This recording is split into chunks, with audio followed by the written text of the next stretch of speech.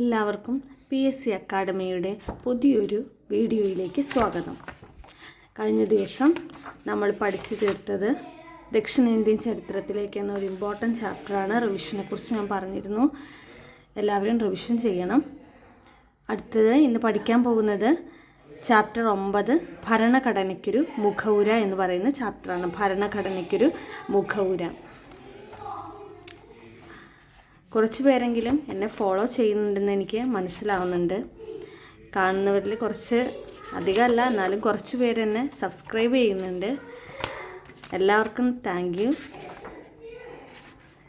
ഉപകാരപ്പെട്ടു എന്ന് തോന്നിയാൽ എൻ്റെ വായിക്കുന്നത് കൊണ്ട്, അല്ലെങ്കിൽ ഞാനിവിടെ SCRTയുടെ എൻ്റെ ഒപ്പം പഠിക്കുന്നവരുണ്ടെങ്കിൽ, അല്ലെങ്കിൽ ഞാൻ വായിക്കുന്നത് ആർക്കെങ്കിലും ഉപകാരപ്പെടുന്നുണ്ടെങ്കിൽ എന്നെ സബ്സ്ക്രൈബ് ചെയ്ത് സപ്പോർട്ട് ചെയ്യുക. നമുക്കിന്ന് ചാപ്റ്റർ 9 ഭരണഘടനയ്ക്കൊരു മുഖവുര, ഇമ്പോർട്ടൻ്റ് ആയിട്ടൊരു ചാപ്റ്ററാണ്. കോൺസ്റ്റിറ്റ്യൂഷൻ എന്ന് പറയുന്ന സിലബസ് ഭാഗത്തു നിന്ന് വരുന്ന ഒരു ഇൻട്രഡക്ഷൻ ചാപ്റ്ററാണിത്. ഭരണഘടനയ്ക്കൊരു മുഖവുര. ചാപ്റ്ററിൻ്റെ ആദ്യം തന്നെ ഇവിടെ ഭാരതത്തിൻ്റെ ഭരണഘടനയുടെ ആമുഖം കൊടുത്തിട്ടുണ്ട്. ഭാരതത്തിലെ ജനങ്ങളായ നാം എന്നും പറഞ്ഞ് ഒരാമുഖം കൊടുത്തിട്ടുണ്ട്. ഇതിൽ നിന്നും സ്റ്റേറ്റ്മെൻറ്റ് ക്വസ്റ്റ്യൻസ് വന്നിട്ടുണ്ട് കേട്ടോ. ഈ ഒരു ആമുഖത്തിൽ നിന്ന് തന്നെ ഒരുപാട് സ്റ്റേറ്റ്മെൻറ്റ് ക്വസ്റ്റ്യൻസ് PYQയിൽ കണ്ടിട്ടുണ്ട്. നമുക്ക് നമ്മുടെ ചാപ്റ്ററിലോട്ട് കയറാം. ഭരണഘടനയ്ക്കൊരു മുഖവുര. ഇവിടെ 4 ചിത്രങ്ങൾ കൊടുത്തിട്ടുണ്ട്. മുകളിൽ കൊടുത്തിട്ടുള്ള ചിത്രങ്ങൾ ശ്രദ്ധിച്ച് സമൂഹത്തിന് അഭികാമ്യമായ പെരുമാറ്റം സൂചിപ്പിക്കുന്ന ചിത്രങ്ങളിൽ ഇമോജി വരച്ച് ചേർക്കാനാണ് ഇവിടെ കൊടുത്തിരിക്കുന്ന വർക്ക്. ആദ്യത്തെ 2 ചിത്രത്തിലാണെങ്കിൽ ഒരാൾ ഹെൽമറ്റ് ധരിച്ചിരിക്കുന്നു, ഒരാൾ ഹെൽമറ്റ് ധരിച്ചിട്ടില്ല. മറ്റ് 2 ചിത്രത്തിൽ കുറച്ച് ആൾക്കാർ ക്യൂ നിൽക്കുന്നു, കുറച്ച് പേര് കൂടി നിൽക്കുന്നുണ്ട്. അപ്പോൾ ആദ്യത്തേതിൽ നമുക്ക് മനസ്സിലാക്കാവുന്നേ ഉള്ളൂ എന്താണ്, ഹെൽമറ്റ് ധരിക്കണം. രണ്ടാമത്തെ ചിത്രത്തിൽ ക്യൂ നിൽക്കണം. അതാണ് ഒരു സാമൂഹികപരമായ പെരുമാറ്റം എന്ന് പറയുന്നത്. ഏതൊരു സമൂഹത്തിനും സുഗമമായും സ്വസ്ഥമായും ജീവിക്കുന്നതിനും പുരോഗതി കൈവരിക്കുന്നതിനും നിയമങ്ങളും ചട്ടങ്ങളും പാലിക്കേണ്ടത് അത്യാവശ്യമാണ്. വിദ്യാലയങ്ങളിലും പൊതു ഇടങ്ങളിലുമൊക്കെ ചില നിയമങ്ങൾ അനുസരിച്ചാണ് നമ്മൾ പ്രവർത്തിക്കുന്നതെന്ന് മുൻ ക്ലാസ്സിൽ പരിചയപ്പെട്ടിട്ടുണ്ടല്ലോ. വളരെ വിശാലമായ ഭൂപ്രദേശമുള്ള ധാരാളം ജനസംഖ്യയുള്ള പല വിഭാഗങ്ങളിൽപ്പെട്ട ജനങ്ങൾ ഒന്നിച്ച് താമസിക്കുന്ന രാജ്യമാണ് നമ്മുടേത്. ചില നിയമങ്ങളും ചട്ടങ്ങളും വ്യവസ്ഥകളും അനുസരിച്ചാണ് ഇത്തരം വൈവിധ്യങ്ങളുള്ള നമ്മുടെ രാജ്യം മുന്നോട്ട് പോകുന്നത്. ഇതുപോലെ മിക്ക രാജ്യങ്ങൾക്കും അവയുടെ നിലനിൽപ്പിനും ഭരണത്തിനും സഹായിക്കുന്ന അടിസ്ഥാന തത്വങ്ങളടങ്ങിയ ഒരു ഏകീകൃത രേഖയാണ് ഭരണഘടന. അതായത് എന്താണ്, പല വൈവിധ്യങ്ങളുള്ള രാജ്യമാണ് നമ്മുടേത്. ഈ രാജ്യത്തിൻ്റെ നിലനിൽപ്പിനും ഭരണത്തിനും സഹായിക്കുന്ന ഒരു രേഖ, അതാണ് എന്ത്, ഭരണഘടന എന്ന് പറയുന്നത്. അതിൻ്റെ രാജ്യത്തിൻ്റെ ഭരണത്തിന് സഹായിക്കുന്ന അടിസ്ഥാന തത്വങ്ങളടങ്ങിയ നിയമങ്ങളടങ്ങിയ രേഖയാണ് ഭരണഘടന. ഒരു രാഷ്ട്രത്തിലെ ഗവൺമെൻറ്റിൻ്റെ സംഘാടനത്തിനും പ്രവർത്തനത്തിനും ആവശ്യമായ അടിസ്ഥാന നിയമങ്ങൾ, തത്വങ്ങൾ, വ്യവസ്ഥകൾ എന്നിവയടങ്ങിയ ആധികാരിക രേഖയാണ് ഭരണഘടന. ഒരു രാഷ്ട്രത്തിലെ ഗവൺമെൻറ്റിൻ്റെ സംഘാടനം, പ്രവർത്തനം, ഇതിനെല്ലാം ആവശ്യമായ നിയമങ്ങളും തത്വങ്ങളും വ്യവസ്ഥകളും ഇവയെല്ലാം അടങ്ങിയിരിക്കുന്ന രേഖയാണ് എന്ത്, ഭരണഘടന എന്ന് പറയുന്നത്. ഈ രേഖയാണ് എന്തെന്ന് പറയുന്നത്, ഭരണഘടന എന്ന് പറയുന്നത്. ഇവിടെ ഒരു ടീച്ചറും കുട്ടികളും തമ്മിലുള്ള സംഭാഷണം നടക്കുന്നതാണ്. നോക്കാം. നമ്മുടെ ഭരണകർത്താക്കൾക്ക് ഈ അധികാരങ്ങളൊക്കെ ലഭിച്ചത് എവിടെ നിന്നാണ്? ഒരു കുട്ടി ചോദിക്കുന്നു. ഒരു കുട്ടി, പൗരരുടെ ചുമതലകൾ എന്തൊക്കെയാണ്, എവിടെയാണ് രേഖപ്പെടുത്തിയിരിക്കുന്നത്? നമ്മുടെ രാഷ്ട്രത്തിൻ്റെ ഭരണ സംവിധാനം എപ്രകാരമാണ് എഴുതി വച്ചിട്ടുള്ളത്?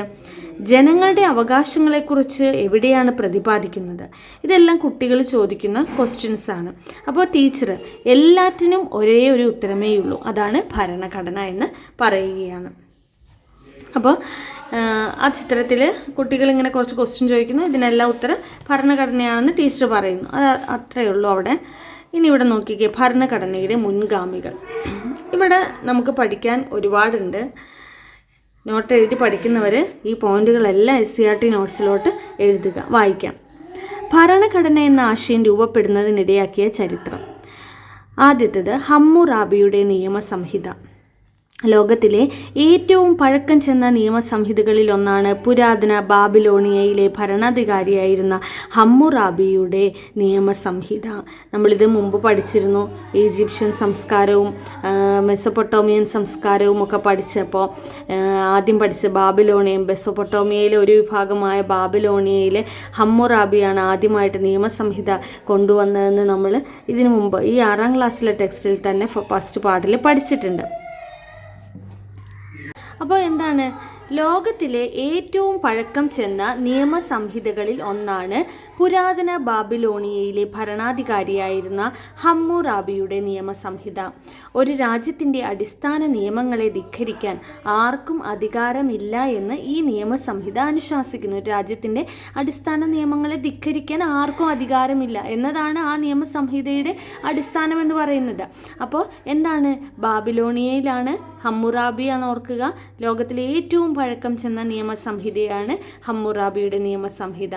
വർഷം 1792 ടു 1750 BCE, 1792 മുതൽ 1750 വരെയായിരുന്നു ആ കാലഘട്ടം എന്ന് പറയുന്നത്. BCE ആണ് 92 ടു 50 വരെയാണ്. ഇനി മാഗ്ന കാർട്ട. എന്താണ് മാഗ്ന കാർട്ട എന്ന് നോക്കാം. ഇംഗ്ലണ്ടിലെ ജനങ്ങൾ രാജാക്കന്മാരുടെ ഏകാധിപത്യത്തിൽ വീർപ്പുമുട്ടിയിരുന്നു. ഇതിനെതിരെ CE 1215 എന്നാണ് 1215 ജോൺ രാജാവിനെയാണ് 1215 ജോൺ രാജാവിനെ തടഞ്ഞു വെച്ച് ജനങ്ങൾ ഒപ്പുവെപ്പിച്ച പ്രമാണമാണ് മാഗ്ന കാർട്ട. രാജാവും ഭരണകൂടവും നിയമത്തിന് അതീതരല്ല എന്നാണ് ഇത് വ്യക്തമാക്കുന്നത്. മനുഷ്യാവകാശങ്ങളുടെ ചരിത്രത്തിലെ നാഴികക്കല്ലായി മാഗ്ന കാർട്ടയെ കണക്കാക്കുന്നു. ഇത് ചോദിക്കാറുണ്ട്. മനുഷ്യാവകാശങ്ങളുടെ ചരിത്രത്തിലെ നാഴികക്കല്ല് ഏതാണ്? മാഗ്ന കാർട്ടയാണ് മനുഷ്യാവകാശങ്ങളുടെ ചരിത്രത്തിലെ നാഴികക്കല്ല്. ഒരു സ്റ്റേറ്റ്മെൻ്റ് ആയിട്ട് ചോദിക്കാം, അതേതാണ്? മാഗ്ന കാർട്ടയാണ്. എന്നാണ് മാഗ്ന കാർട്ട ഒപ്പുവെച്ചത്? ഇംഗ്ലണ്ടിലാണ്. ഇംഗ്ലണ്ടിലെ രാജാക്കന്മാരുടെ ഈ ഏകാധിപത്യത്തിൽ നിന്ന് രക്ഷപ്പെടുന്നതിന് വേണ്ടി ജനങ്ങൾ രാജാവിനെ തടഞ്ഞു വെച്ച്, ഏത് രാജാവിനെയാണ്? ജോൺ രാജാവിനെ തടഞ്ഞു വെച്ച് 1215 ഒപ്പുവെപ്പിച്ച ഒരു പ്രമാണപത്രമാണ് എന്ത്? Magna Carta. മനുഷ്യ അവകാശങ്ങളുടെ ചരിത്രത്തിലെ നാഴികക്കല്ലാണ് മാഗ്ന കാർട്ട.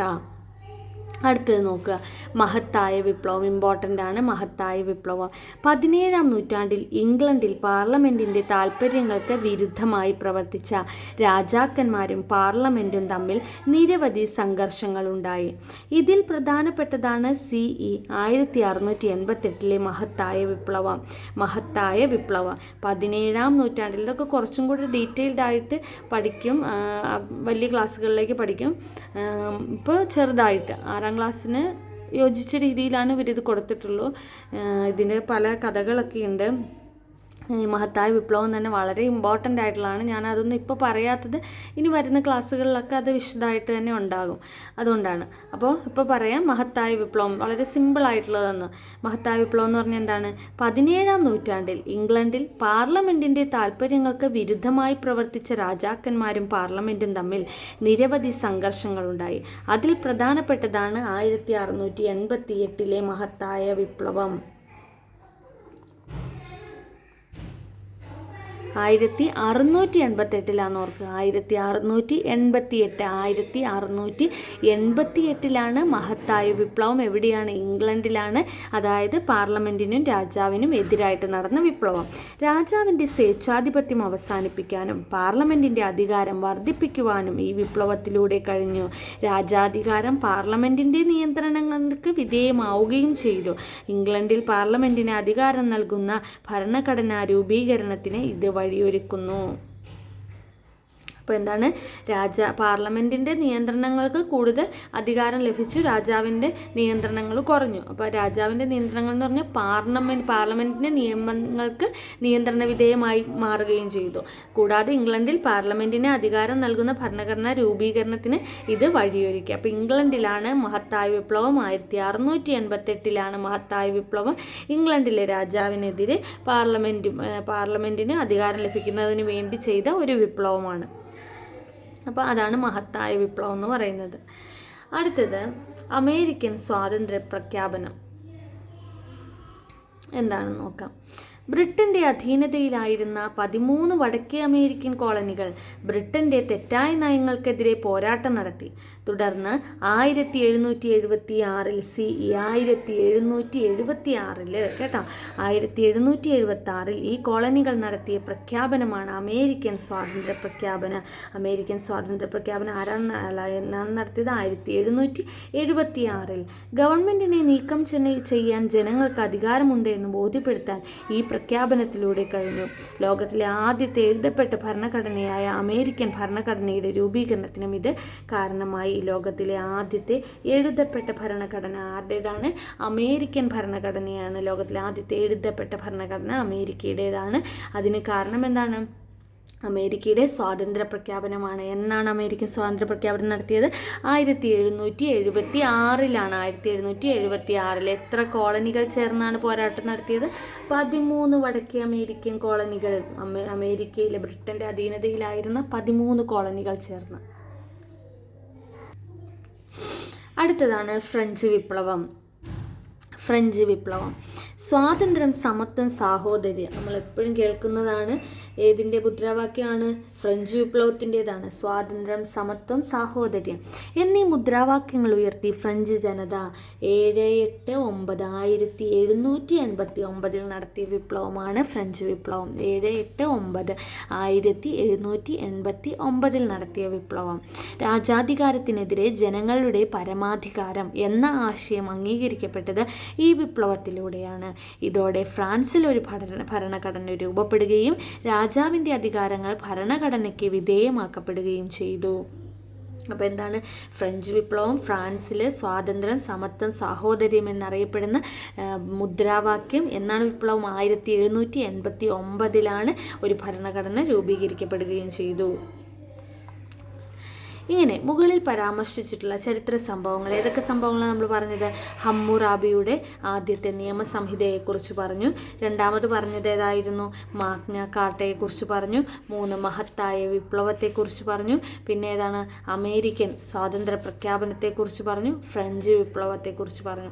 അങ്ങനെ ഈ പറഞ്ഞ ചരിത്ര സംഭവങ്ങളിൽ നിന്നും ജനങ്ങളുടെ ക്ഷേമത്തിനും പുരോഗതിക്കും ഒരു ഏകീകൃത നിയമാവലി ആവശ്യമാണെന്ന് ബോധ്യപ്പെട്ടില്ലേ? അടിച്ചമർത്തലിനും ചൂഷണത്തിനുമെതിരെ ജനങ്ങൾ നടത്തിയ ഇടപാടുകളാണ് ഭരണഘടനയുടെ രൂപീകരണത്തിന് ഇടയാക്കിയത്. അടിച്ചമർത്തുക, ചൂഷണം ചെയ്യുക എന്നൊക്കെ പറഞ്ഞ് അങ്ങനെയൊക്കെ രാജാക്കന്മാരുടെ, അധികാരികളുടെ ഭാഗത്തു നിന്ന് ഉണ്ടാകുമ്പോഴാണ് എന്തുണ്ടാകുന്നത്? സമരങ്ങളും വിപ്ലവങ്ങളും ഉണ്ടാകുന്നത്. അതിൻ്റെ ഫലമായിട്ട് രാജ്യത്തിനൊരു ഭരണഘടന ഉയർന്നു വരുന്നുണ്ട്. ഇനി ഇവിടെ നോക്കുക, ഒരു വർക്ക്ഷീറ്റ് തയ്യാറാക്കുമെന്നും പറഞ്ഞു. നമ്മൾ ഈ പഠിച്ച പോയിന്റിൽ നിന്നുള്ള ഒരു വർക്ക്ഷീറ്റാണ് നോക്കാം. രാജാവിൻ്റെ അധികാരങ്ങൾ ഭരണഘടനയ്ക്ക് വിധേയമായി. എന്താണ് രാജാവിൻ്റെ അധികാരങ്ങൾ ഭരണഘടനയ്ക്ക് വിധേയമായത്? ഇവിടെ കിടക്കുന്നുണ്ട് ആ പോയിന്റ് അങ്ങനെ തന്നെ. അപ്പോൾ ഇതെല്ലാം എന്താണ്? സ്റ്റേറ്റ്മെൻ്റ് ആയിട്ട് വരാവുന്ന ക്വസ്റ്റ്യൻസ് ആണ് ഈ വർക്ക്ഷീറ്റുകൾ ടേബിളാക്കിയിട്ടിരിക്കുന്നത്. അത് എവിടത്തെയാണ്? ഫ്രഞ്ച് വിപ്ലവവുമായി ബന്ധപ്പെട്ടതാണ്. ലോകത്തിലെ ആദ്യത്തെ എഴുതപ്പെട്ട ഭരണഘടന നമ്മൾ പറഞ്ഞിരുന്നു. ഏതായിരുന്നു ലോകത്തിലെ ആദ്യത്തെ എഴുതപ്പെട്ട ഭരണഘടന? അമേരിക്കൻ ഭരണഘടനയാണ്. ചരിത്രത്തിലെ ഏറ്റവും പഴക്കം ചെന്ന നിയമസംഹിത ഏതാണ്? ചരിത്രത്തിലെ ഏറ്റവും പഴക്കം ചെന്ന നിയമസംഹിത ഹമ്മുറാബിയുടെ നിയമസംഹിതയാണ്. ബാബിലോണിയൻ ഭരണാധികാരിയായിരുന്ന ഹമ്മുറാബിയുടെ നിയമസംഹിത. രാജാവിൻ്റെ സ്വേച്ഛാധിപത്യം അവസാനിക്കുകയും പാർലമെൻറ്റിന് അധികാരം വർദ്ധിക്കുകയും ചെയ്തു. അതേതായിരുന്നു? മഹത്തായ വിപ്ലവം 1688. 1688 മഹത്തായ വിപ്ലവം അതായിരുന്നു രാജാവിൻ്റെ സ്വേച്ഛാധിപത്യം അവസാനിപ്പിച്ച് പാർലമെൻറ്റിൻ്റെ അധികാരം വർദ്ധിക്കുകയും ചെയ്തത്. അടുത്തത് മനുഷ്യാവകാശങ്ങളുടെ ചരിത്രത്തിലെ നാഴികക്കല്ല്. ഏതാണത്? ഞാൻ പറഞ്ഞു ഇമ്പോർട്ടൻ്റ് ആണെന്ന് പറഞ്ഞു. Magna Carta. മനുഷ്യാവകാശങ്ങളുടെ ചരിത്രത്തിലെ നാഴികക്കല്ല് എന്ന് പറയുന്നത് എന്താണ്? Magna Carta. ഓക്കെ. ഭരണഘടനകൾ പലതരം. ഭരണഘടനകൾ പലതരം. നോക്കിക്കേ, ഭരണഘടനകളെ പലതായിട്ട് തരംതിരിച്ച് വെച്ചിരിക്കുന്ന ഒരു ഫ്ലോ ചാർട്ടാണ് ഈ കൊടുത്തിരിക്കുന്നത്. ഒന്ന് നോക്കാം. ഭരണഘടന എന്തെല്ലാമാണ്? സ്വഭാവം, മാറ്റം വരുത്തുന്നതിനുള്ള പ്രക്രിയ, രൂപം കൊണ്ട രീതി. ആ രീതിയിൽ 3ആയിട്ട് അതായത് സ്വഭാവം, മാറ്റം വരുത്തുന്നതിനുള്ള പ്രക്രിയ, രൂപം കൊണ്ട രീതി എന്നിവയുടെ അടിസ്ഥാനത്തിൽ വീണ്ടും പലതായിട്ട് തിരിച്ചിട്ടുണ്ട്. എങ്ങനെയാണ്? സ്വഭാവത്തിൻ്റെ അടിസ്ഥാനത്തിൽ ഒന്ന് ലിഖിതമാകാം, അല്ലെങ്കിൽ അലിഖിത ഭരണഘടനയായിരിക്കാം. രണ്ടാമത് മാറ്റം വരുത്തുന്നതിനുള്ള പ്രക്രിയയിൽ ഒന്ന് ദൃഢമായതാകാം, അല്ലെങ്കിൽ അയവുള്ളതാകാം. ഭരണഘടനയുടെ പ്രത്യേകതകളാണ് പറയുന്നത് കേട്ടോ. അടുത്തത് ഭരണഘടന രൂപം കൊണ്ട രീതിയുടെ അടിസ്ഥാനത്തിൽ നടപ്പിലാക്കിയതുമുണ്ട്, പരിണമിച്ചതുമുണ്ട്. നടപ്പിലാക്കിയ ഭരണഘടനയും അല്ലെങ്കിൽ പരിണമിച്ച ഭരണഘടന, അത് രൂപം കൊണ്ടത് എങ്ങനെയാണെന്നാണ് ഈ 2 രീതിയിൽ പറയുന്നത്.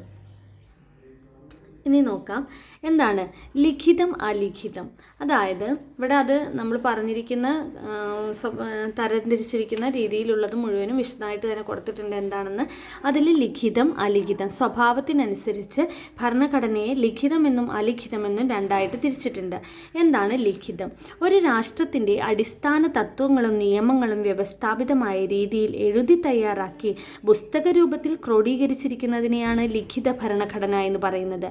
ഒരു രാഷ്ട്രത്തിൻ്റെ അടിസ്ഥാന തത്വങ്ങളും നിയമങ്ങളും എഴുതി തയ്യാറാക്കി പുസ്തക രൂപത്തിലാക്കിയിരിക്കുന്നതിനെയാണ് ലിഖിത ഭരണഘടന എന്ന് പറയുന്നത്. ഏതൊക്കെയാണ് എക്സാമ്പിൾ? ഇന്ത്യൻ ഭരണഘടന ലിഖിതമാണ്. അമേരിക്കൻ ഭരണഘടന നമ്മൾ പറഞ്ഞു ആദ്യത്തെ എഴുതപ്പെട്ട ഭരണഘടനയാണ് ഏത്? അമേരിക്കൻ ഭരണഘടന. അപ്പോൾ അത് ലിഖിതമാണ്. അപ്പോൾ ഇന്ത്യയുടെയും അമേരിക്കൻ ഐക്യനാടുകൾ അതായത് USA എന്താണ്? ലിഖിത ഭരണഘടനയാണ് എന്ന് ഓർത്തിരിക്കുക. അപ്പോൾ ആ ലിഖിതം എന്തായിരിക്കും? ഒരു രാഷ്ട്രത്തിൻ്റെ അടിസ്ഥാന തത്വങ്ങളും നിയമങ്ങളും വ്യവസ്ഥാപിതമായി എഴുതപ്പെടാത്തതും പുസ്തക രൂപത്തിൽ ക്രോഡീകരിക്കപ്പെടാത്തതുമായ ഭരണഘടനയാണ് അലിഖിത ഭരണഘടന. UK യുണൈറ്റഡ് കിങ്ഡം, ന്യൂസിലാൻഡ് എക്സാമ്പിളാണ്. UKയുടേതും ന്യൂസിലാൻഡിൻ്റെയും അലിഖിത ഭരണഘടനയ്ക്ക് എക്സാമ്പിളാണ്. അലിഖിതം എന്താണ്? യുണൈറ്റഡ് കിങ്ഡം, UKയുടെയും ന്യൂസിലാൻഡിൻ്റെയും അലിഖിതമാണ്. പിന്നെ നമ്മൾ പറഞ്ഞത് മാറ്റം വരുത്തുന്നതുമായിട്ട് ബന്ധപ്പെട്ട് ഭരണഘടനയെ 2ആയിട്ട് തിരിച്ചിട്ടുണ്ട്.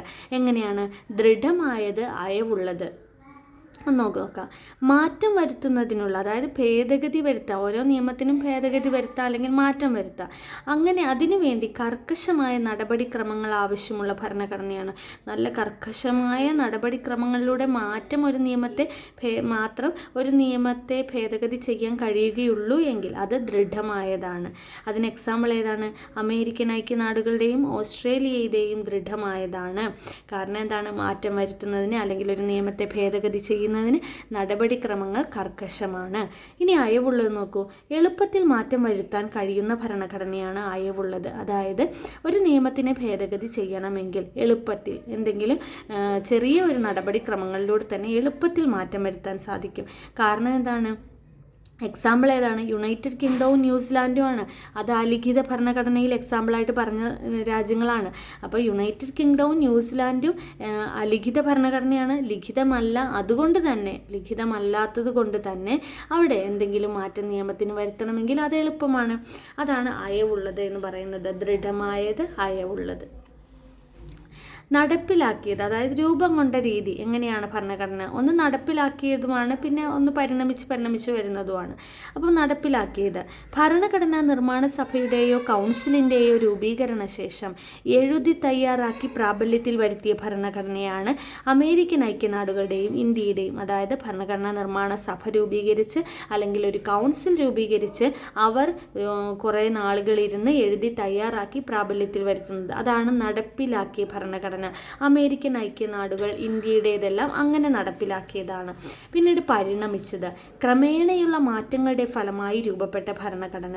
അതായത് കരാറുകൾ, വിധിന്യായങ്ങൾ, നിയമങ്ങൾ, സമ്പ്രദായങ്ങൾ എന്നീ രൂപത്തിലുള്ള വ്യവസ്ഥകളും വഴക്കങ്ങളും ഇതിൽ ഉൾപ്പെടുന്നു. പല കരാറുകളുടെ അടിസ്ഥാനത്തിൽ, വിധിന്യായങ്ങളുടെ അടിസ്ഥാനത്തിൽ പല നിയമങ്ങൾ ക്രോഡീകരിച്ച് സമ്പ്രദായങ്ങൾ ഇങ്ങനെയെല്ലാം ഇതിൽ നിന്നെല്ലാം രൂപം കൊണ്ട്, അതായത് പരിണമിച്ച് രൂപം കൊണ്ടതാണ് എന്തെന്ന് പറയുന്നത് ക്രമേണയുള്ള മാറ്റങ്ങളുടെ ഫലമായി രൂപപ്പെട്ട ഭരണഘടന. അതാണ് പരിണമിക്കുക എന്ന് പറയുന്നത്. അതിനും എക്സാമ്പിൾ യുണൈറ്റഡ് കിങ്ഡവും കാനഡയുമാണെന്ന് ഓർത്തിരിക്കുക. അപ്പോൾ ഇത് ചോദിക്കാറുള്ളതാണ്, ഇമ്പോർട്ടൻ്റ് ആണ്.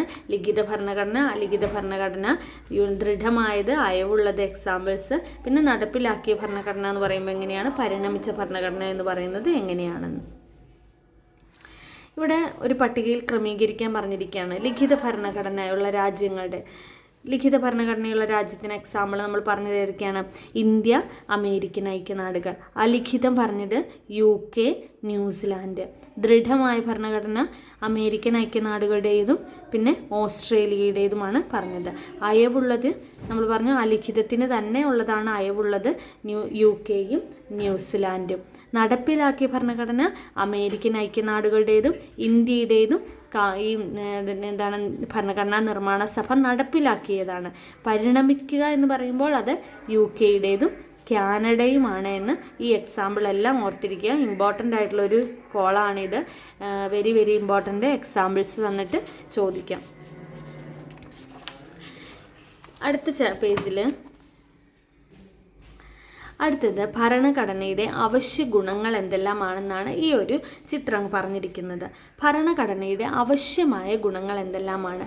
ഇമ്പോർട്ടൻ്റ് ആണ്, വളരെ ഇമ്പോർട്ടൻ്റ് ആണ്. സിമ്പിളായിട്ട് അവർ കൊടുത്തിരിക്കുന്ന ഒരു ചെറിയൊരു ഭാഗമായിട്ട് എല്ലാം കൂടെ ഒന്ന് യോജിപ്പിച്ച് കൊടുത്തിരിക്കുന്നതാണ്. പക്ഷെ വളരെയധികം ഇമ്പോർട്ടൻ്റ് ആയിട്ടുള്ള ഒരു കാര്യമാണ്. ഭരണഘടനയുടെ അവശ്യ ഗുണങ്ങൾ: സമഗ്രത, സംക്ഷിപ്തത, വ്യക്തത, ചലനാത്മകത, അനുയോജ്യത. എന്തെല്ലാമാണ് അവശ്യ ഗുണങ്ങൾ? സമഗ്രത, സംക്ഷിപ്തത, വ്യക്തത, ചലനാത്മകത, അനുയോജ്യത. എന്താണ് സമഗ്രത എന്ന് പറഞ്ഞാൽ എന്താണെന്ന് നോക്കാം. ഗവൺമെൻറ്റിൻ്റെ അധികാരങ്ങൾ, പൗരരുടെ അവകാശങ്ങൾ, കടമകൾ എന്നിവ സമഗ്രമായി പ്രതിപാദിച്ചിരിക്കണം. എന്താണ് സമഗ്രത? ഗവൺമെൻറ്റിൻ്റെ അധികാരങ്ങൾ, ഭരണഘടനയിൽ എന്തെല്ലാം ഉണ്ടായിരിക്കണം? ഗവൺമെൻറ്റിൻ്റെ അധികാരങ്ങളെക്കുറിച്ചുണ്ടാവണം, പൗരരുടെ അവകാശങ്ങൾ ഉണ്ടാകണം, കടമകൾ, ഇവയെല്ലാം സമഗ്രമായിട്ട് എന്തുണ്ടാവണം?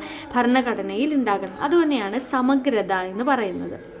ഇനി സംക്ഷിപ്തത: അവശ്യ വ്യവസ്ഥകൾ ഉൾക്കൊള്ളുന്നതും കൃത്യവുമായിരിക്കണം.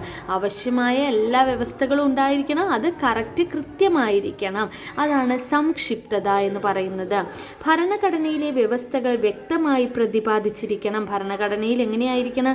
അതിൻ്റെ വ്യവസ്ഥകളെല്ലാം കൃത്യമായിട്ട് പ്രതിപാദിച്ചിരിക്കണം. അതിനെയാണ് വ്യക്തത എന്ന് പറയുന്നത്. വ്യക്തമായിട്ട് പ്രതിപാദിച്ചിരിക്കണം, അതാണ് വ്യക്തത. എന്താണ്? മാറുന്ന സാഹചര്യങ്ങൾക്കനുസരിച്ച് കാലോചിതമായി മാറ്റം വരുത്താൻ കഴിയണം, അതാണ് ചലനാത്മകത. ഭരണഘടന എങ്ങനെയുള്ളതായിരിക്കണം? ചലനാത്മകതയായിരിക്കണം. അതായത് മാറുന്ന സാഹചര്യങ്ങൾക്കനുസരിച്ച് കാലോചിതമായി മാറ്റം വരുത്താൻ കഴിയുന്നതായിരിക്കണം ഭരണഘടന. പിന്നീട് അനുയോജ്യത: ജനങ്ങളുടെ ആവശ്യങ്ങളും അഭിലാഷങ്ങളും നിറവേറ്റുന്നതിന് അനുയോജ്യമായിരിക്കണം. അപ്പം അതാണ് അനുയോജ്യത. ജനങ്ങളുടെ ആവശ്യങ്ങൾക്കും അഭിലാഷങ്ങളും നിറവേറ്റുന്നതിന് അനുയോജ്യമായതായിരിക്കണം ഭരണഘടന എന്ന് പറയുന്നത്. അപ്പോൾ ജനങ്ങളുടെ ആവശ്യങ്ങൾക്കനുസരിച്ച് വേണം ഭരണഘടന തയ്യാറാക്കാൻ. അതാണ് അനുയോജ്യത. സമഗ്രത എന്താണ്? ഗവൺമെൻറ്റിൻ്റെ അധികാരങ്ങൾ, പൗരരുടെ അവകാശങ്ങൾ, കടമകൾ, ഇവയെല്ലാത്തിനെയും കുറിച്ച് ഒരു സമഗ്രമായിട്ട് ഉണ്ടായിരിക്കണം ഭരണഘടനയിൽ. അതാണ് സമഗ്രത. സംക്ഷിപ്ത രൂപം എന്ന് പറയുന്നത് എന്താണ്? ആവശ്യമായ വ്യവസ്ഥകൾ ഉൾക്കൊള്ളുന്നതും കൃത്യവുമായിരിക്കണം. അതാണ് സംക്ഷിപ്തത എന്ന് പറയുന്നത്. എന്താണ് വ്യക്തത എന്ന് പറഞ്ഞാൽ? ഭരണഘടനയിലെ വ്യവസ്ഥകൾ വ്യക്തമായി പ്രതിപാദിച്ചിരിക്കണം. അതാണ് വ്യക്തത. ചലനാത്മകത എന്ന കാലത്തിനനുസരിച്ച് ഭേദഗതികൾ മാറ്റം വരുത്താൻ കഴിയുന്നതായിരിക്കണം ഭരണഘടന. അതാണ് ചലനാത്മകത. അനുയോജ്യത എന്നാൽ ജനങ്ങളുടെ ആവശ്യങ്ങൾ നിറവേറ്റുവാൻ അനുയോജ്യമായതായിരിക്കണം ഭരണഘടന. അപ്പോൾ ഈ പോയിന്റ്സുകളെല്ലാം പഠിച്ചു വെച്ചേക്കുക. സ്റ്റേറ്റ്മെൻ്റ് ആയിട്ട് ചോദിക്കാവുന്ന പോയിന്റ്സുകളാണ്. എന്താണ് ഭരണഘടനാ വ്യവസ്ഥ? ഭരണഘടനയുടെ പൊതു സവിശേഷതകൾ നാം പരിചയപ്പെട്ടല്ലോ. ഇനി നമുക്ക് ഭരണഘടനാ വ്യവസ്ഥ എന്താണെന്ന് പരിശോധിക്കാം. ടീച്ചർ: മനു ഇന്ന് റോഡ് നിയമം തെറ്റിച്ച് സൈക്കിൾ ഓടിക്കുന്നത് കണ്ടല്ലോ, ഇനി ഇത് ആവർത്തിക്കരുത്. ടീച്ചർ പറയുവാണ്. മനു: ക്ഷമിക്കണം ടീച്ചർ, സൈക്കിൾ ഓടിക്കുന്നവർ നിയമങ്ങൾ പാലിക്കേണ്ടതുണ്ടോ? അപ്പോൾ ടീച്ചർ പറയുകയാണ്, എല്ലാവരും ഗതാഗത നിയമങ്ങൾ അനുസരിക്കേണ്ടത് അത്യാവശ്യമാണ്. അത് സാധാരണക്കാർക്ക് മാത്രമല്ല ഭരണാധികാരികൾക്കും ബാധകമാണ്. അപ്പം മനുവും ടീച്ചറും തമ്മിലുള്ള ഒരു സംഭാഷണമാണ് ഇവിടെ കൊടുത്തിരിക്കുന്നത്. ഇനി നമുക്ക് പഠിക്കാനുള്ള ഭാഗത്തോട്ട് വരാം. ഭരണാധികാരികളും നിയമങ്ങൾ അനുസരിക്കാൻ ബാധ്യസ്ഥരാണ്. വ്യക്തികൾക്കുമേൽ നിയമങ്ങളുടെ നിയന്ത്രണം ഉള്ളതുപോലെ അധികാരികൾക്കുമേലും ചില നിയന്ത്രണങ്ങൾ നിലവിലുണ്ട്. പരിധിയില്ലാത്ത അധികാരങ്ങൾ ഭരണാധികാരികൾക്ക് നൽകിയാൽ അത് ജനങ്ങളുടെ സ്വാതന്ത്ര്യത്തെ ഹനിക്കുകയും സ്വേച്ഛാധിപത്യത്തിന് കാരണമാവുകയും ചെയ്യും. ഇതിനെതിരെയാണ് ഭരണഘടനാ വ്യവസ്ഥ നിലകൊള്ളുന്നത്. അതായത് ജനങ്ങൾക്ക് നൽകിയിരിക്കുന്ന നിയമങ്ങൾ ആർക്കും ബാധകമാണ്? ഭരണാധികാരികൾക്കും ബാധകമാണ്. ജനങ്ങളുടെ സ്വാതന്ത്ര്യത്തെ ഹനിക്കുകയും സ്വേച്ഛാധിപത്യത്തിന് കാരണമാവുകയും ചെയ്യാതിരിക്കാൻ ഭരണഘടന ശ്രദ്ധിക്കണം. ഗവൺമെൻറ്റിൻ്റെ അധികാരങ്ങളെ ഭരണഘടനാപരമായി പരിമിതപ്പെടുത്തുന്ന രാഷ്ട്രീയ ക്രമമാണ് ഭരണഘടനാ വ്യവസ്ഥ. എന്താണ്? ഗവൺമെൻറ്റിൻ്റെ അധികാരങ്ങളെ ഭരണഘടനാപരമായി തന്നെ പരിമിതപ്പെടുത്തുന്ന രാഷ്ട്രീയ ക്രമമാണ് ഭരണഘടനാ വ്യവസ്ഥ എന്ന് പറയുന്നത്. ഭരണാധികാരികളെ നിയന്ത്രിക്കുക, നിയമവാഴ്ച ഉറപ്പുവരുത്തുക, ജനങ്ങളുടെ അവകാശങ്ങൾ നിർവചിക്കുക എന്നിവയും ഭരണഘടനാ വ്യവസ്ഥയിൽ ഉൾപ്പെടുന്നതാണ്. അപ്പോൾ ഭരണാധികാരികൾക്ക് നിയമങ്ങൾ എങ്ങനെയായിരിക്കണം? നിയമങ്ങൾ ബാധകമായിരിക്കണം, ഭരണാധികാരികളെ നിയന്ത്രിക്കാൻ സാധിക്കണം, നിയമവാഴ്ച ഉറപ്പുവരുത്താൻ സാധിക്കണം, ജനങ്ങളുടെ അവകാശങ്ങൾ നിർവചിക്കാൻ സാധിക്കണം. ഇതെല്ലാം ഭരണഘടനാ വ്യവസ്ഥയിൽ ഉൾപ്പെടുന്നതാണ്. അരിസ്റ്റോട്ടിലും ഭരണഘടനാ വ്യവസ്ഥയും. എന്താ ഭരണഘടനാ വ്യവസ്ഥ എന്ന് പറഞ്ഞല്ലോ, അത് മനസ്സിലായല്ലോ. ഇനി എന്താണ് അരിസ്റ്റോട്ടിലും ഭരണഘടനാ വ്യവസ്ഥയും തമ്മിലുള്ള ബന്ധം? ഭരണഘടനാ വ്യവസ്ഥ എന്നിവയെക്കുറിച്ച് ആദ്യം പ്രതിപാദിച്ചയാളാണ് ആര്? അരിസ്റ്റോട്ടിൽ. ഭരണഘടനയെക്കുറിച്ചും ഭരണഘടനാ വ്യവസ്ഥയെക്കുറിച്ചും ആദ്യം പ്രതിപാദിച്ചയാളാണ് അരിസ്റ്റോട്ടിൽ. ഒരു രാഷ്ട്രത്തിലെ ഭരണാധികാരികളുടെ വിന്യാസം എന്നതാണ് ഭരണഘടനയ്ക്ക് അദ്ദേഹം നൽകിയ പ്രാഥമിക നിർവചനം. സാധാരണ നിയമങ്ങളെന്നും ഭരണഘടനാ നിയമങ്ങളെന്നും അദ്ദേഹം നിയമങ്ങളെ രണ്ടായി തരംതിരിച്ചിരുന്നു. സാധാരണ നിയമങ്ങളെന്നും ഭരണഘടനാ നിയമങ്ങളെന്നും രണ്ട് നിയമങ്ങൾ അദ്ദേഹം തരംതിരിച്ചു വച്ചിരുന്നു. ഭരണഘടന എന്ന് പറഞ്ഞാൽ എന്താണ്? അദ്ദേഹത്തിന് ഒരു രാഷ്ട്രത്തിലെ ഭരണാധികാരികളുടെ വിന്യാസം എന്നാണ് ഭരണഘടനയ്ക്ക് അദ്ദേഹം നൽകിയ ആദ്യ നിർവചനം എന്ന് പറയുന്നത്. അപ്പോൾ ഭരണഘടനാ വ്യവസ്ഥ എന്നിവയെക്കുറിച്ചൊക്കെ ആദ്യം പ്രതിപാദിച്ചത് ആരാണ്? അരിസ്റ്റോട്ടിലാണ്. താഴെ പറയുന്ന ഭരണഘടനാ വ്യവസ്ഥയോട് യോജിക്കുന്ന പ്രസ്താവനകൾക്ക് നേരെ നിറം നൽകാൻ പറഞ്ഞിരിക്കുക. ഭരണാധികാരികളുടെ അധികാരങ്ങൾക്ക് പരിധി നിശ്ചയിക്കുന്നു. ശരിയല്ലേ? ഭരണഘടനയോട് യോജിക്കുന്നതല്ലേ? ഭരണാധികാരികളുടെ അധികാരങ്ങൾക്ക് പരിധിയുണ്ട്. പൗരരുടെ അവകാശങ്ങൾ നിർവചിക്കുന്നുണ്ട്. സ്വേച്ഛാധിപത്യത്തെ പ്രോത്സാഹിപ്പിക്കുന്നു. ഉണ്ട്, ശരിയാണ്. സ്വേച്ഛാധിപത്യത്തെ നിയന്ത്രിക്കുകയാണ് ചെയ്യുന്നത്, പ്രോത്സാഹിപ്പിക്കുന്നില്ല. ഭരിക്കുന്നവർക്ക് പരിധിയില്ലാത്ത അധികാരങ്ങൾ നൽകുന്നു. തെറ്റാണ്. ഭരിക്കുന്നവർക്കും എന്താണ്? ഭരണാധികാരികളെ നിയന്ത്രിക്കുന്നുണ്ട്, ഭരിക്കുന്നവരെയും നിയന്ത്രിക്കുന്നുണ്ട് ഭരണഘടന. അപ്പോൾ അത് തെറ്റാണ്. നിയമവാഴ്ച ഉറപ്പുവരുത്തുന്നു. ശരിയാണ്. ഭരണഘടന എന്താണ്? നിയമവാഴ്ച. എല്ലാവർക്കും നിയമം ഒരുപോലെയാണ്. നിയമവാഴ്ച ഉറപ്പുവരുത്തുന്നു. ഇനി ഇന്ത്യൻ ഭരണഘടന എങ്ങനെയാണ് ഫോം ചെയ്തത് എന്നാണ് പറയുന്നത്. ഇന്ത്യൻ ഭരണഘടന ഉണ്ടായത് എങ്ങനെയാണ്? രാഷ്ട്രപതിയുടെ ശപഥം അഥവാ പ്രതിജ്ഞ എന്താണെന്ന് നോക്കാം. ഖ ആയ ഞാൻ വിശ്വസ്തയോടെ ഭാരതത്തിൻ്റെ രാഷ്ട്രപതിയുടെ ഉദ്യോഗം നിർവഹിക്കും, അല്ലെങ്കിൽ രാഷ്ട്രപതിയുടെ ചുമതലകൾ നിർവഹിക്കും എന്നും എൻ്റെ കഴിവിൻ്റെ പരമാവധി ഭരണഘടനയും നിയമവും നിലനിർത്തുകയും രക്ഷിക്കുകയും പാലിക്കുകയും ചെയ്യുമെന്നും ഭാരതത്തിലെ ജനങ്ങൾക്ക് സേവനം ചെയ്യുന്നതിനും അവർക്ക് ക്ഷേമം കൈവരിക്കുന്നതിനും സ്വയം അർപ്പിച്ചിരിക്കുന്നു എന്നും ദൈവത്തിൻ്റെ നാമത്തിൽ സത്യം സഗൗരവം പ്രതിജ്ഞ ചെയ്യുന്നു. ഇത് ഭാരതത്തിൻ്റെ ഭരണഘടനയുടെ ഒരു ഭാഗമാണ്. ഏത് ഭാഗമാണ്?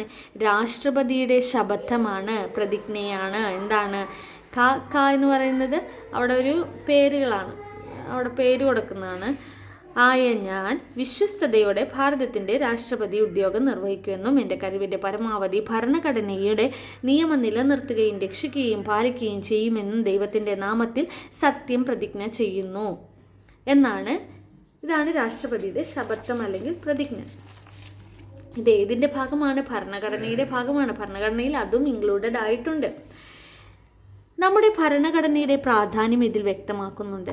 ലോകത്തിലെ ഏറ്റവും വലുതും എഴുതപ്പെട്ടതുമായ ഭരണഘടനയാണ് ആരുടേത്? നമ്മുടെ ഇന്ത്യയുടേത്. ഏറ്റവും വലുത് എഴുതപ്പെട്ടതും ഏറ്റവും വലുതുമായ ഭരണഘടനയാണ് ഏത്? നമ്മുടെ ഇന്ത്യയുടേത്. ഇതിൻ്റെ ഉത്ഭവം എങ്ങനെയാണെന്നാണ് ഇനി ചെറിയ രീതിയിലൊന്ന് പറഞ്ഞു വെക്കുന്നത്. എന്തൊക്കെയാണ്? ചെറിയ രീതിയാണെങ്കിലും ഇതിൽ നിന്ന് ക്വസ്റ്റ്യൻസ് വരും. അപ്പോൾ ചെറുതാണെന്ന് വിചാരിച്ച് ഇമ്പോർട്ടൻസ് ഇല്ല എന്നല്ല. ഇതിൻ്റെ വലിയൊരു ഹിസ്റ്ററി പോലെ നമുക്ക് കോൺസ്റ്റിറ്റ്യൂഷനിൽ പഠിക്കാനുണ്ട്. പക്ഷേ SCERTയിൽ ഇത് കൊടുത്തിരിക്കുന്നത് വളരെ ഇമ്പോർട്ടൻ്റ് ആയിട്ടുള്ള കുറച്ച് ഭാഗങ്ങൾ കൊടുത്തിരിക്കുന്നതാണ്. അപ്പോൾ ക്വസ്റ്റ്യൻ വരാൻ സാധ്യതയുള്ള ഭാഗങ്ങളുമാണ്.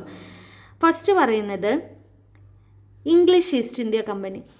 ഇന്ത്യയുമായി വ്യാപാര ബന്ധം സ്ഥാപിക്കുന്നതിന് വേണ്ടി CE 1600 English east India company സ്ഥാപിക്കപ്പെട്ടു.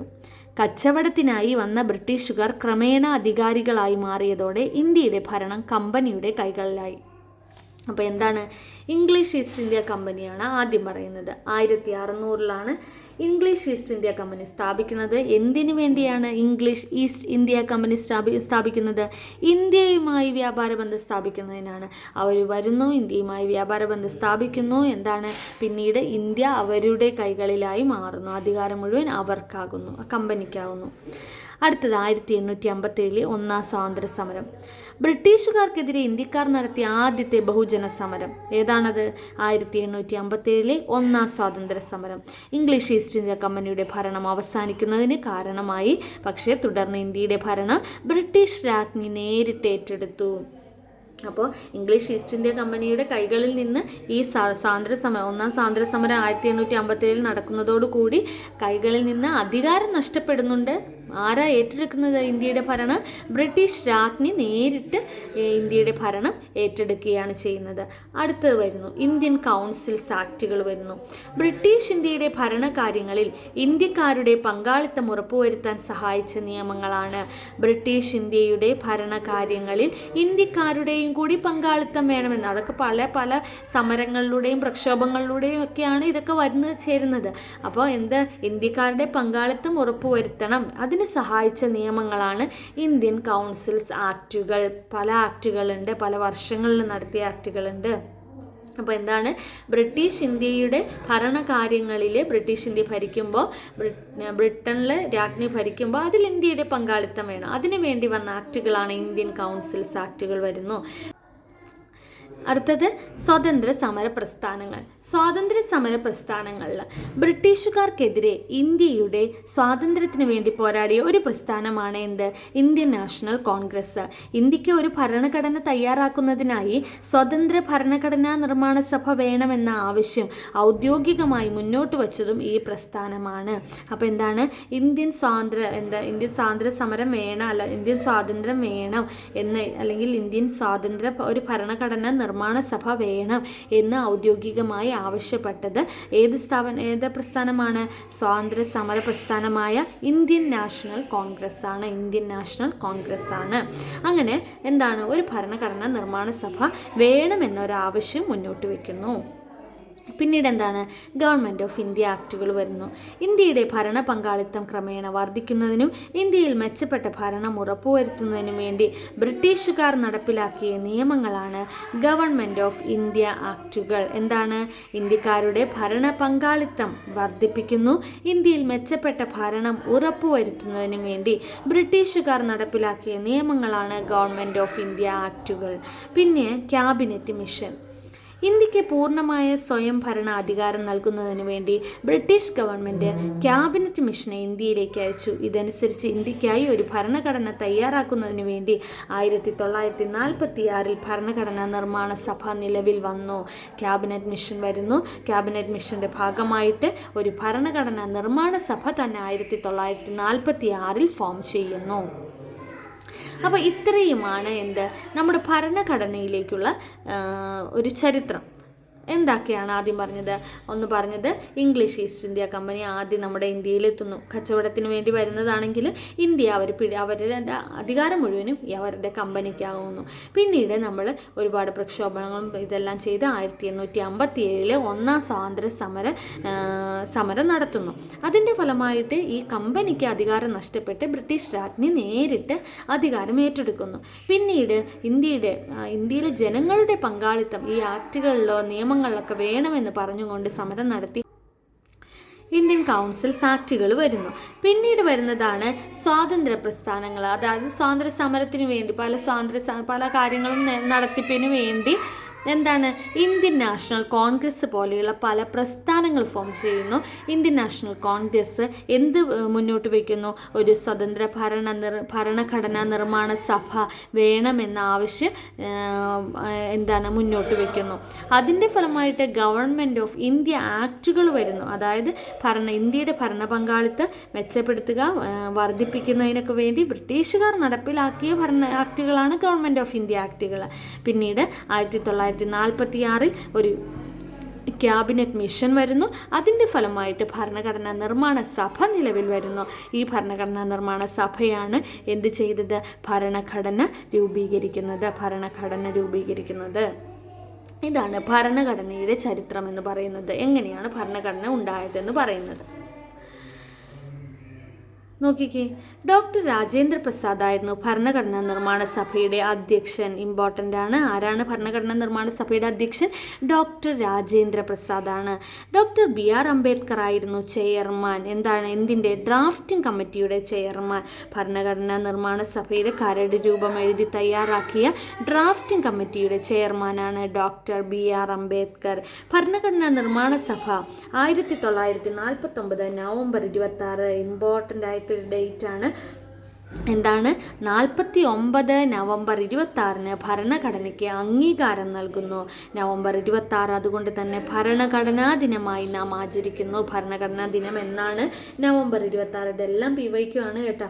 നവംബർ 26 ഭരണഘടനാ ദിനമാണ്. ഭരണഘടനാ ദിനം എന്നാണ് നവംബർ 26. എന്തുകൊണ്ടാണ് നവംബർ 26 ഭരണഘടനാ ദിനമായി മാറിയത്? 1949 നവംബർ 26 ഭരണഘടനയെ അംഗീകാരം ലഭിക്കുന്ന ഭരണഘടനയ്ക്ക് അംഗീകാരം നൽകുന്നത്. അതുകൊണ്ട് നവംബർ 26 ഭരണഘടനാ ദിനമായി ആചരിക്കുന്നു. ഇനി ഭരണഘടന ഔദ്യോഗികമായി നിലവിൽ വന്നതെന്നാണ്? 1950 ജനുവരി 26 ഔദ്യോഗികമായി നിലവിൽ വന്നത്. അന്നു മുതൽ ഇന്ത്യ ഒരു പരമാധികാര ജനാധിപത്യ റിപ്പബ്ലിക്കായിട്ട് അറിയപ്പെടുന്നു. 1950 ജനുവരി 26. അപ്പോൾ എന്തൊക്കെയാണ് പറഞ്ഞത്? ഭരണഘടനാ നിർമ്മാണ സഭയുടെ അധ്യക്ഷൻ ആരായിരുന്നു? ഡോക്ടർ രാജേന്ദ്ര പ്രസാദ് ആയിരുന്നു. ഭരണഘടന എഴുതി തയ്യാറാക്കിയ ഡ്രാഫ്റ്റിംഗ് കമ്മിറ്റിയുടെ ചെയർമാൻ ആരായിരുന്നു? ഡോക്ടർ BR അംബേദ്കർ ആയിരുന്നു. എന്നാണ് ഭരണഘടനയ്ക്ക് അംഗീകാരം ലഭിച്ചത്? 1949 നവംബർ 26 ഭരണഘടനാ നിർമ്മാണ സഭയുടെ അംഗീകാരം ലഭിക്കുന്നു. അപ്പോൾ അതിൻ്റെ ഫലമായിട്ട് നവംബർ 26 ഭരണഘടനാ ദിനമായിട്ട് ആചരിക്കുന്നു. പിന്നെ ഔദ്യോഗികമായിട്ട് ഭരണഘടന നിലവിൽ വന്നത് എന്ന് പറയുമ്പോൾ ആ ഡേറ്റ് എന്നാണ്? 1950 ജനുവരി 26. അന്നു മുതൽ ഇന്ത്യ ഒരു പരമാധികാര ജനാധിപത്യ റിപ്പബ്ലിക്കായിട്ട് അറിയപ്പെടുന്നു. എന്താണ് ക്യാബിനറ്റ് മിഷൻ എന്ന് പറഞ്ഞിട്ടുണ്ട്? ഇന്ത്യക്ക് പരമാധികാരം കൈമാറുന്നത് സംബന്ധിച്ച് ഇന്ത്യൻ നേതാക്കളുമായി ചർച്ച നടത്തുന്നതിന് ബ്രിട്ടീഷ് സർക്കാർ നിയോഗിച്ച 3 അംഗ സമിതിയാണ് ക്യാബിനറ്റ് മിഷൻ. 3 അംഗ സമിതി. ഇന്ത്യയിലെ പ്രധാന രാഷ്ട്രീയ കക്ഷികളുടെ നേതാക്കളുമായി അവർ ചർച്ച നടത്തി. ഇന്ത്യക്ക് ഭരണഘടന തയ്യാറാക്കുന്നതിനു വേണ്ടി ഭരണഘടനാ നിർമ്മാണ സഭ രൂപീകരിക്കണമെന്ന ആവശ്യം ക്യാബിനറ്റ് മിഷൻ അംഗീകരിച്ചു. ഇന്ത്യയുടെ ഭാവി രാഷ്ട്രീയ സംവിധാനത്തെക്കുറിച്ചുള്ളതായിരുന്നു പ്രസ്തുത മിഷൻ.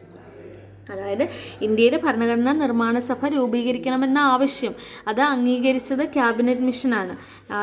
അതിനെക്കുറിച്ച് ചർച്ച ചെയ്യാൻ, അത് ആവശ്യമാണോ വേണ്ടയോ എന്നൊക്കെ ചർച്ച ചെയ്യാൻ വേണ്ടി ബ്രിട്ടീഷ് സർക്കാർ നിയമിച്ച ഒരു സമിതിയാണ് എന്തെന്ന് പറയുന്നത്? ഈ ക്യാബിനറ്റ് മിഷൻ എന്ന് പറയുന്നത്. പിന്നീട് അത് അംഗീകരിച്ചു. നിയമനിർമ്മാണ സഭ വേണമെന്ന് അംഗീകരിച്ച് ഒരു ഭരണഘടനാ നിയമനിർമ്മാണ സഭ ഫോം ചെയ്യുകയാണ് ഉണ്ടായത്. പെരുന്നാളിൻ്റെ അവധിയൊക്കെയാണ്. അവോയ്ഡ് ചെയ്യാൻ കഴിയാത്ത ഒരുപാട് ശബ്ദം ബാക്ക്ഗ്രൗണ്ടിൽ കിടക്കുന്നുണ്ട് പാഠത്തിൽ. അപ്പോൾ അതൊക്കെ നിങ്ങളൊന്ന് അഡ്ജസ്റ്റ് ചെയ്ത് അവോയ്ഡ് ചെയ്യുക. നമുക്ക് ശ്രദ്ധിക്കാനുള്ളത് നമ്മുടെ പാഠഭാഗം മാത്രമാണ്. ഏറ്റവും ഇമ്പോർട്ടൻ്റ് ആയിട്ടുള്ള പോയിൻ്റാണ് അടുത്ത് പറയാൻ പോകുന്നത്. പക്ഷെ അവിടെ ഡിസ്റ്റർബൻസസും ഉണ്ട്. പക്ഷെ എല്ലാവരും ഒന്ന് അഡ്ജസ്റ്റ് ചെയ്യുക. പെരുന്നാളിൻ്റെ അവധിയും പെരുന്നാളൊക്കെ ആയതുകൊണ്ട് കുട്ടികളുണ്ട്. ഈ ചാപ്റ്ററിൻ്റെ ആദ്യം നമ്മൾ പറഞ്ഞിരുന്നു ഇന്ത്യൻ ഭരണഘടനയുടെ ആമുഖം എന്താണെന്ന്. ഭാരതത്തിൻ്റെ ഭരണഘടന എന്താണ് ആമുഖം എന്നൊന്ന് വായിക്കാം. ഭാരതത്തിലെ ജനങ്ങളായ നാം. എങ്ങനെയാണ് ആമുഖം സ്റ്റാർട്ട് ചെയ്യുന്നത്? ഒരു ക്വസ്റ്റ്യൻ ആണ്. ഭാരതത്തിലെ ജനങ്ങളായ നാം ഭാരതത്തെ ഒരു പരമാധികാര സ്ഥിതി സമത്വ മതേതര ജനാധിപത്യ റിപ്പബ്ലിക്കായി സംവിധാനം ചെയ്യുവാനും അതിലെ പൗരന്മാർക്കെല്ലാം, ഇത് ഇമ്പോർട്ടൻ്റ് ആണ്, ചോദിക്കാറുണ്ട്. എന്താണ് പരമാധികാര സ്ഥിതി സമത്വ മതേതര ജനാധിപത്യ റിപ്പബ്ലിക്ക്? ഓക്കെ, അപ്പോൾ ആദ്യത്തെ ഇത് ക്രമം തെറ്റിച്ചു കൊടുക്കും. പരമാധികാര മതേതര ജനാധിപത്യ സ്ഥിതി സമത്വ റിപ്പബ്ലിക് എന്ന് വേണേൽ കൊടുക്കാം. അപ്പോൾ അങ്ങനെ ക്രമം തെറ്റിച്ച് കൊടുത്തിട്ട് അത് ഓർഡറിലാക്കാൻ വന്നിട്ടുണ്ട്. അതായത് കറക്റ്റ് ഓർഡർ നമ്മൾ പഠിച്ചിരിക്കുക. പരമാധികാര സ്ഥിതി സമത്വ മതേതര ജനാധിപത്യ റിപ്പബ്ലിക്. ഇത് പഠിക്കുന്നതിന് ഒരു കോഡ് എൻ്റേതല്ല, കേട്ടിട്ടുള്ള ഒരു കോഡാണ്. എന്താണ്? പസ്മ ജ്വല്ലറി, പത്മ ജ്വല്ലറി എന്നൊക്കെ പറയും പോലെ പസ്മ ജ്വല്ലറി. പരമാധികാര, സ്ഥിതി സമത്വ, മതേതര, ജ്വല്ലറിയുടെ ജനാധിപത്യ, റിപ്പബ്ലിക്. അപ്പോൾ പസ്മ ജ്വല്ലറി എന്നുള്ള രീതിയിൽ ഇതൊന്ന് ഓർത്തിരിക്കുക. ഇതിൻ്റെ ഓർഡർ ഇമ്പോർട്ടൻ്റ് ആണ്. ഇനി പൗരന്മാർക്കെല്ലാം എന്താണ്? സാമൂഹ്യവും സാമ്പത്തികവും രാഷ്ട്രീയവുമായ നീതി. എന്തെല്ലാം നീതിയാണ് ഭരണഘടനയുടെ ആമുഖം ഉറപ്പുവരുത്തുന്നത്? പൗരന്മാർക്ക് എന്തെല്ലാം തരത്തിലുള്ള നീതിയാണ് ഭരണഘടന ഉറപ്പുവരുത്തുന്നത് എന്ന് ചോദിക്കും. അപ്പോൾ ഏതൊക്കെയാണ്? സാമൂഹ്യ നീതി, സാമ്പത്തിക നീതി, രാഷ്ട്രീയ നീതി. ഇതിൻ്റെ ഒപ്പം വേറൊരെണ്ണം കൂടെ ഇട്ട് തരും. അപ്പോൾ അതെന്താണ്? അത് തെറ്റാണെന്ന് ഓർത്തിരിക്കുക. നമ്മുടെ നീതിയിൽ ഏതൊക്കെ വരുന്നുള്ളൂ? സാമൂഹ്യം, സാമ്പത്തികം, രാഷ്ട്രീയം. സാമൂഹ്യ നീതി, സാമ്പത്തിക നീതി, രാഷ്ട്രീയ നീതി, ഈ 3 നീതികളെക്കുറിച്ചാണ് ഭരണഘടനയുടെ ആമുഖം പറയുന്നത്. പിന്നെ സ്വാതന്ത്ര്യം, ഏതൊക്കെ രീതിയിലുള്ള സ്വാതന്ത്ര്യമാണ് പറയുന്നത്? ചിന്ത, ആശയപ്രകടനം, വിശ്വാസം, മതനിഷ്ഠത, ആരാധന, പിന്നെ വേണമെങ്കിൽ സാമ്പത്തിക സ്വാതന്ത്ര്യം എന്ന് വേണമെങ്കിൽ കൊടുത്താൽ അതെന്താണ്? അത് തെറ്റാണ്. ആമുഖത്തിൽ അങ്ങനെ പറയുന്നില്ല. സ്വാതന്ത്ര്യത്തിൽ ഈ ഒരു 5 പോയിൻ്റേ പറയുന്നുള്ളൂ. ഏതൊക്കെ പോയിൻ്റാ? ചിന്തയ്ക്കുള്ള സ്വാതന്ത്ര്യം, ആശയപ്രകടനത്തിനുള്ള സ്വാതന്ത്ര്യം, വിശ്വാസത്തിനുള്ള സ്വാതന്ത്ര്യം, മതനിഷ്ഠ, ആരാധന. അപ്പോൾ ഈ പോയിന്റുകൾ ഓർത്തിരിക്കുക. എന്തെല്ലാം സ്വാതന്ത്ര്യത്തിനെ കുറിച്ചാണ് പറയുന്നത്. ഇനി സമത്വം, ഏതൊക്കെ സമത്വമാണ് പറയുന്നത്? പദവിയിലും അവസരത്തിലും സമത്വം. വേറെ ഒരു സമത്വത്തെക്കുറിച്ചും പറയുന്നില്ല. പദവി, അവസരം. അപ്പോൾ ഇതെല്ലാം ഇമ്പോർട്ടൻ്റ് ആണ്. ഭരണഘടനയുടെ ആമുഖം കറക്റ്റായിട്ട് പഠിച്ചു വെച്ചോളണം. ആമുഖത്തിൽ നിന്ന് ക്വസ്റ്റ്യൻസ് വരാറുണ്ട്. നീതി, എന്തെല്ലാം നീതിയാണ് പറയുന്നത് ആമുഖത്തിൽ? എന്തെല്ലാം സ്വാതന്ത്ര്യമാണ് പറയുന്നത്? ഏതെല്ലാം സമത്വമാണ് പറയുന്നത്? പദവിയിലും അവസരത്തിലുമാണ് സമത്വം പറയുന്നത്. ഇതെല്ലാം സംപ്രാപ്തമാക്കുവാനും അവർക്കെല്ലാം ഇടയിൽ വ്യക്തിയുടെ അന്തസ്സും രാഷ്ട്രത്തിൻ്റെ ഐക്യവും അഖണ്ഡതയും ഉറപ്പുവരുത്തിക്കൊണ്ട് സാഹോദര്യം പുലർത്തുവാനും സഗൗരവം തീരുമാനിച്ചിരിക്കയാൽ നമ്മുടെ ഭരണഘടനാ നിർമ്മാണ സഭയിൽ ഈ 1949 നവംബർ 26 ദിവസം ഒരേ ഒരു ഡേറ്റ് ആമുഖത്തിൽ പറയുന്നുള്ളൂ. അത് ഏത് ഡേറ്റാണ്? 1949 നവംബർ 26 ദിവസം. ഇതിനാൽ ഈ ഭരണഘടനയെ സ്വീകരിക്കുകയും നിയമമാക്കുകയും നമുക്ക് തന്നെ പ്രദാനം ചെയ്യുകയും ചെയ്യുന്നു എന്നാണ് പറയുന്നത്. അപ്പോൾ പിന്നെ അടിയിൽ കൊടുത്തിരിക്കുന്ന ഭേദഗതി ചെയ്തിരിക്കുന്നതാണ്. അതായത് 42ാം ഭേദഗതി, 1976 42ാം ഭേദഗതിയിൽ 1976 42ാം ഭേദഗതി.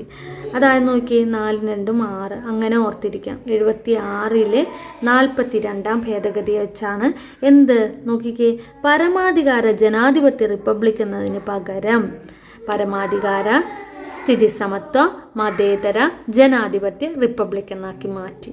ഏത് ഭേദഗതി പ്രകാരമാണ്? 1976 42ാം ഭേദഗതി പ്രകാരം. എന്തായിരുന്നു ആദ്യം? പരമാധികാര ജനാധിപത്യ റിപ്പബ്ലിക് മാത്രമായിരുന്നു. പരമാധികാര ജനാധിപത്യ റിപ്പബ്ലിക്, അതിന് മാറ്റം വന്നു. ഇനി രാഷ്ട്രത്തിൻ്റെ ഐക്യം, അത് തന്നെ ആ ഒരു ഭേദഗതി പ്രകാരം തന്നെ മാറ്റം വരുത്തി. എന്ത് മാറ്റം വരുത്തിയിരിക്കുന്നത്? രാഷ്ട്രത്തിൻ്റെ ഐക്യം എന്നതിന് പകരം രാഷ്ട്രത്തിൻ്റെ ഐക്യവും അഖണ്ഡതയും എന്ന് ചേർത്തു. രാഷ്ട്രത്തിൻ്റെ ഐക്യം എന്നതിന് പകരം ചേർത്തത് എന്താണ്? രാഷ്ട്രത്തിൻ്റെ ഐക്യവും അഖണ്ഡതയും എന്ന് കൂട്ടിച്ചേർത്തു. അപ്പോൾ എന്തെല്ലാം മാറ്റങ്ങളാണ് വരുത്തിയത് എന്ന് ചോദിക്കാം. എത്ര പ്രാവശ്യം ഭേദഗതി ചെയ്തിട്ടുണ്ടെന്ന് ചോദിക്കാം. ഏത് ഭേദഗതിയിലൂടെയാണ്, ഏത് വർഷം ഏത് ഭേദഗതിയിലൂടെയാണ് മാറ്റം ആമുഖത്തിന് വരുത്തിയതെന്ന് ചോദിക്കാം. അപ്പോൾ ഒരുപാട് ക്വസ്റ്റ്യൻസ് ഉള്ള ഒരു ഭാഗമാണ് ഇപ്പം നമ്മൾ വായിച്ചത്, ഭാരതത്തിൻ്റെ ഭരണഘടനയുടെ ആമുഖം. അപ്പോൾ ഇതെല്ലാം ഓർത്തിരിക്കേണ്ടതാണ് ഈ ഒരു പോയിന്റ്. ഇതിൻ്റെ ഒരു ക്രമം, പരമാധികാര, സ്ഥിതി സമത്വം, മതേതര, ജനാധിപത്യ, റിപ്പബ്ലിക് എന്നുള്ള ആ ഒരു ക്രമം ഓർത്തിരിക്കണം. ഏതെല്ലാം നീതിയാണ്, ഏതെല്ലാം സ്വാതന്ത്ര്യമാണ്, ഏതെല്ലാം സമത്വത്തെക്കുറിച്ചാണ് ആമുഖത്തിൽ ഉറപ്പുവരുത്തുന്നതെന്ന് പറയണം. മാറ്റങ്ങൾ വരുത്തിയത്, എന്ത് മാറ്റമാണ് വരുത്തിയത്, ആദ്യം എന്തായിരുന്നു എന്നുള്ളത് പഠിച്ചു വയ്ക്കണം. അതിന് പിന്നീട് എന്ത് മാറ്റമാണ് വരുത്തിയതെന്ന് ഓർത്തിരിക്കണം. പിന്നെ ഏത് ഡേറ്റാണ് ആമുഖത്തിൽ പറയുന്നത്? എന്താണ്? 49 നവംബർ 26. നമ്മൾ ആദ്യം മുമ്പ് പഠിച്ചു. എന്താണ് നവംബർ 26? ഭരണഘടനാ ദിനമാണ്. എന്തുകൊണ്ടാണ് ഭരണഘടനാ ദിനമായത്? 1949 നവംബർ 26 ഭരണഘടനയ്ക്ക് അംഗീകാരം നൽകിയത്. അതുകൊണ്ടാണ് ആ ഡേറ്റ് വന്നിരിക്കുന്നത്. അപ്പോൾ ഇതെല്ലാം പഠിക്കുക. പിന്നെ ഇതും ചോദിക്കും, ഈ എന്താണ് ക്രമം എങ്ങനെയാണ് ആമുഖത്തിൽ ഈ വാക്കുകളുടെ ക്രമം കൊടുത്തിരിക്കുന്നതെന്ന് പറഞ്ഞാൽ നീതി, സ്വാതന്ത്ര്യം, സമത്വം, പിന്നെ സാഹോദര്യം, അങ്ങനെ ആ ഒരു ക്രമവും ഈ ബോൾഡ് ലെറ്റേഴ്സിലിട്ടിരിക്കുന്നത് ഒന്ന് നോക്കി വെക്കുകയും ചെയ്യണം. അപ്പോൾ ഇതിൽ നിന്ന് ഒരുപാട് ക്വസ്റ്റ്യൻസ് ചോദിച്ചിട്ടുള്ളതാണ്. വെരി ഇമ്പോർട്ടൻ്റ് ആയിട്ടുള്ളൊരു ഭാഗമാണ് ഭരണഘടനയുടെ ആമുഖം. പറ്റുമെങ്കിൽ അത് കാണാതെ പഠിച്ച് തന്നെ വെക്കുക, എന്നാലാണ് ആ ക്രമമൊക്കെ വരുള്ളൂ. ഇനി കാണാതെ പഠിക്കുന്നില്ല എങ്കിൽ ക്വസ്റ്റ്യൻ പോലെ ഒന്ന് ആലോചിച്ച് മനസ്സിലാക്കി വെക്കുക. ഇന്നതിന് ശേഷമാണ് ഈ ലാസ്റ്റാണ് ഐക്യവും അഖണ്ഡതയും ഒക്കെ, ഇതിൻ്റെ ലാസ്റ്റാണ്, ഏറ്റവും ലാസ്റ്റ് വരുന്നത് സാഹോദര്യം എന്നുള്ളതൊക്കെ ഒന്ന് ഓർത്ത് വെക്കുക. SCERT നോട്ട്സിലോട്ട് ഇമ്പോർട്ടൻ്റ് ആയിട്ട് എഴുതി വെക്കുക.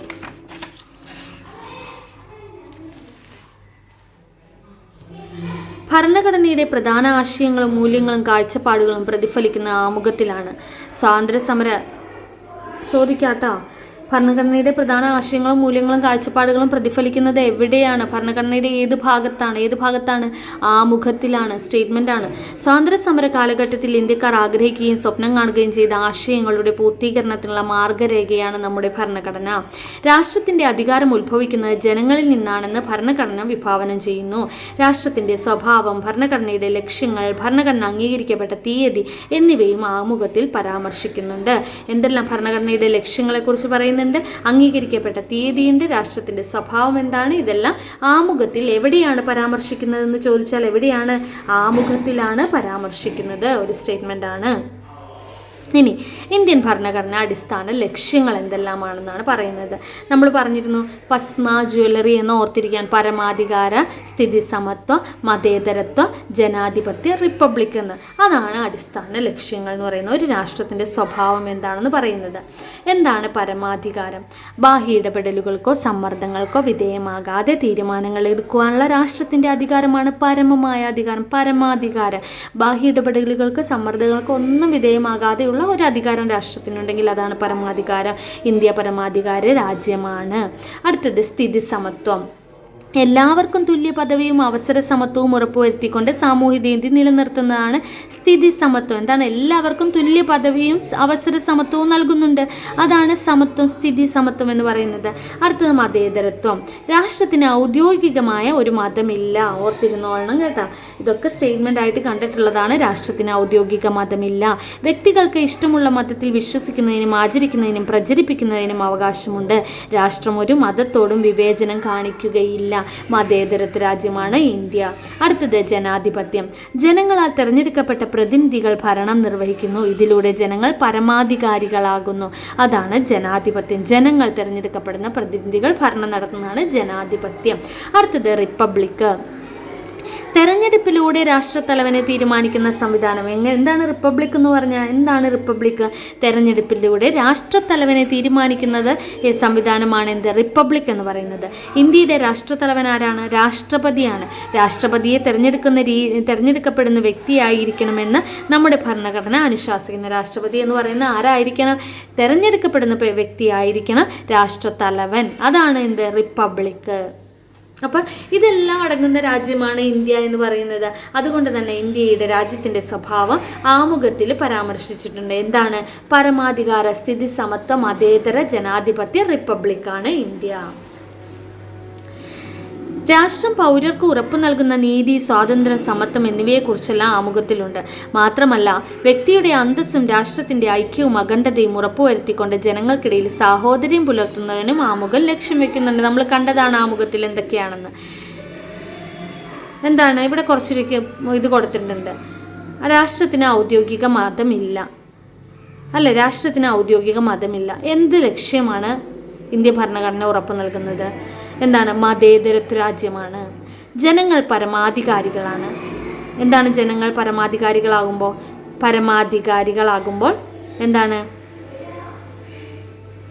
ജനങ്ങൾ പരമാധികാരികളാകുമ്പോൾ അത് ജനാധിപത്യമാണ്.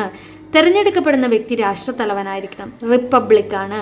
ബാഹ്യ ഇടപെടലുകൾ ഇല്ലാതെ തീരുമാനങ്ങൾ എടുക്കാനുള്ള രാഷ്ട്രത്തിൻ്റെ അധികാരം അതെന്താണ്? പരമാധികാരമാണ്. അസമത്വങ്ങൾ കുറച്ച് സാമൂഹ്യ നീതി ഉറപ്പാക്കുന്നത് എന്താണ്? സ്ഥിതി സമത്വമാണ്. അപ്പോൾ ഇതെല്ലാം സവിശേഷതകൾ, അതിൻ്റെ ലക്ഷ്യങ്ങൾ ചോദിക്കാം. ഈ സവിശേഷത ഏത് ലക്ഷ്യത്തിനെയാണ് പറയുന്നത്? പരമാധികാരമാണോ, സ്ഥിതി സമത്വമാണോ, ജനാധിപത്യമാണോ, മതേതരത്വമാണോ എന്നുള്ള രീതിയിൽ ചോദിക്കാം. ഇവിടെ അതിൻ്റെ ഒരു കൺക്ലൂഷൻ കൊടുത്തിരിക്കുന്നതാണ്. അതിൽ പഠിക്കാനൊന്നുമില്ല, അത് ഞാൻ സ്കിപ്പ് ചെയ്യാണ്. അതായത് ചാപ്റ്റർ തീർന്നിട്ടുണ്ട്.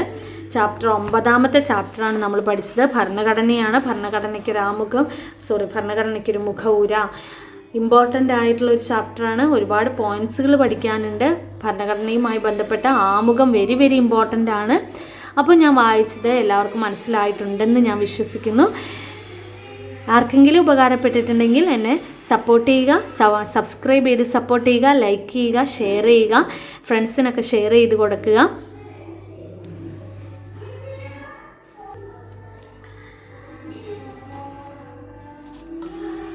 അടുത്ത ചാപ്റ്ററുമായിട്ട് വീണ്ടും കാണാം.